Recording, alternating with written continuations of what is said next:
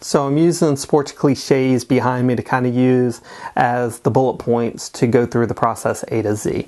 The first one, as you can see, and excuse my handwriting, I'm a lefty and not as concerned about how neat it is as much as just getting you the best content. So know how to win, or how to win the game.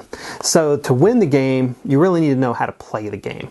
So I'm going to go through the real estate terminology, the law terminology, in a simple analogy of comparing it to a football game. So in a football game, there's two teams, buyers and sellers. So as a buyer, you have a right to a coach. Your coach's job is to give you an advantage. It's to protect you so you don't get hurt. It's to guide and give you counsel and get you ready to win. And of course, at the end of the day, when you win, your coach wins. Now, what a lot of people don't understand is a buyer pays no commission. There are some exceptions. Those are more unique. We'll get into those later.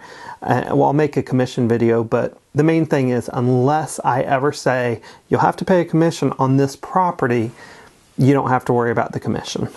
So again, I'm your coach. Anything you share with me is confidential. My job is to protect you and get you what you're trying to achieve.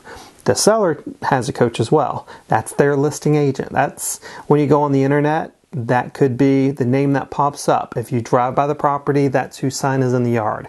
You don't want to be calling them and giving them a lot of information, because if you tell them the price you're looking for, their job, their duty, by law, they have to go to their seller and say, hey, this guy's looking for a house, going to spend up to X. So that's why you're protected. You have your coach. Anything you share is confidential. Go through them for looking in properties, finding out more information about properties, making offers. Let your agent know if you're going to drive by. Just stay on the same page.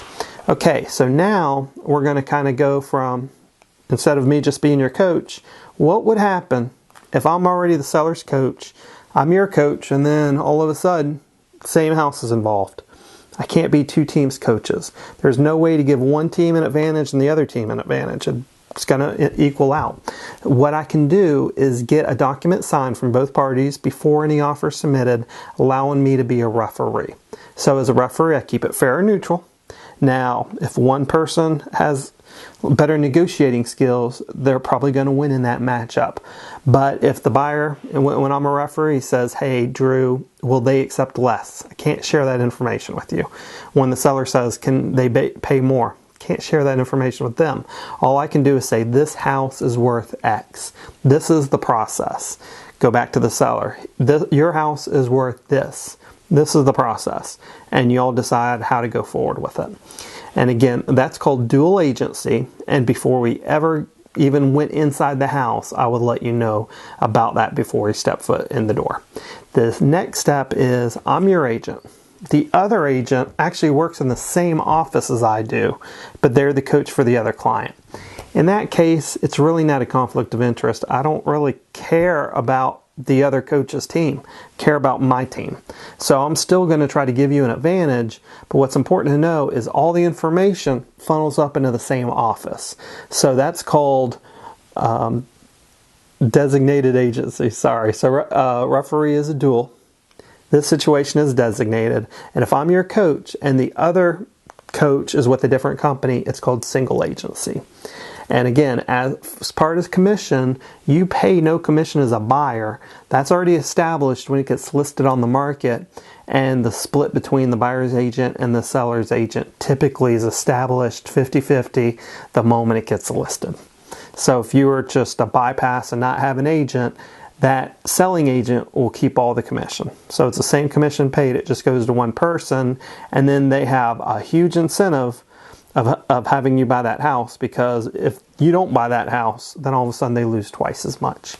And then on the opposite side, having your coach, any house in Columbia I can help you with. Foreclosures, new constructions, resales. If it's listed on what they call the MLS, I can represent you. Commission's already been established. The times where commission hasn't been established are for sale by owners and some auction companies. So I hope that helps you understand.